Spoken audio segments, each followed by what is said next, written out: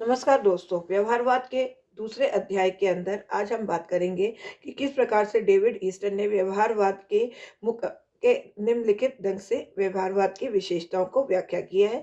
ये बहुत ही महत्वपूर्ण है। अगर हम किसी भी एग्जाम में बात करते हैं, चाहे हम पीजी स्तर पर बात करें या यूजी स्तर पर बात करें, ये एक 2 नंबर के क्वेश्चन या 4 नंबर के क्वेश्चन के रूप में हमेशा दिखाई देता है कि डेविड ईस्टन ने व्यवहारवाद की विशेषताएं जो बताई हैं, उनका उल्लेख कीजिए। ये विशेषताएं हैं नियमितताएं, सत्यापन, तकनीक, परिमाणीकरण, मूल्य, क्रमबद्धीकरण, विशुद्ध विज्ञान, समग्रता। ये आठ आठ विशेषताएं हैं। इनके बारे में अब हम चर्चा करेंगे। पहला है नियमितताएं, अर्थात हर अध्ययन के अंदर, राजनीति विज्ञान के विषय के अध्ययन के अंदर कुछ ऐसी नियमितताएं हैं जिनकी खोज की जा सकती है तथा उनको सामान्यकरण करके व्यक्त किया जा सकता है। दूसरे शब्दों में, कुछ नियमितताएं हैं जो हमें अमेरिका के राजनीतिक व्यवस्था में, इंग्लैंड के राजनीतिक व्यवस्था में और भारत के राजनीतिक व्यवस्था में दिखाई देगी। हमें इन नियमितताओं को खोजना है और उस आधार पर एक ऐसे सिद्धांत का निर्माण करना है जो विश्व के सभी विकसित, विकासशील व अविकसित राष्ट्रों के ऊपर लागू किया जा सके। दूसरा, सत्यापन, अर्थात हमने जो नियम बनाए, हमने जो सिद्धांत निर्माण किया है, वह मानव व्यवहार से संबंधित है। हम इनका परीक्षण करके इसको हर मानव जीवन के ऊपर लागू करने का प्रयास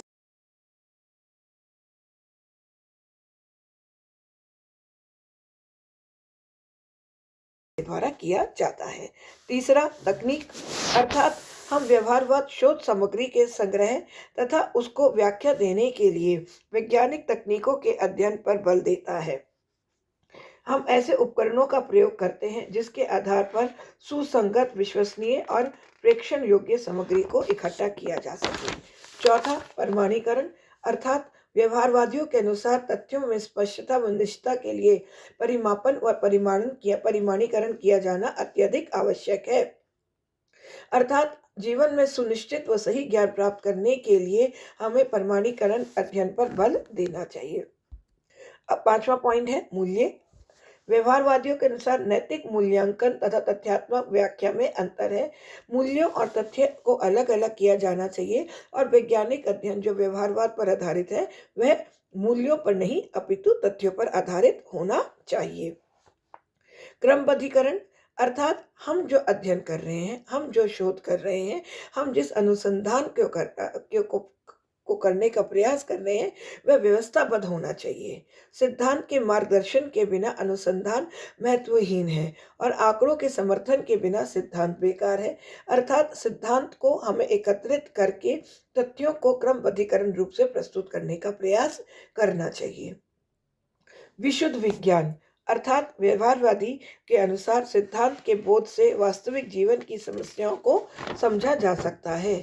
और आखिरी पॉइंट है समग्रता, अर्थात व्यवहारवादियों का मानना है कि मानव व्यवहार का अध्ययन खंडों में नहीं किया जाना चाहिए। सभी सामाजिक विज्ञानों की सामग्री को एकत्रित करके उनको एक रूप में समाज के लिए उपयोगी सिद्ध करते हुए प्रयोग में लाना चाहिए। धन्यवाद।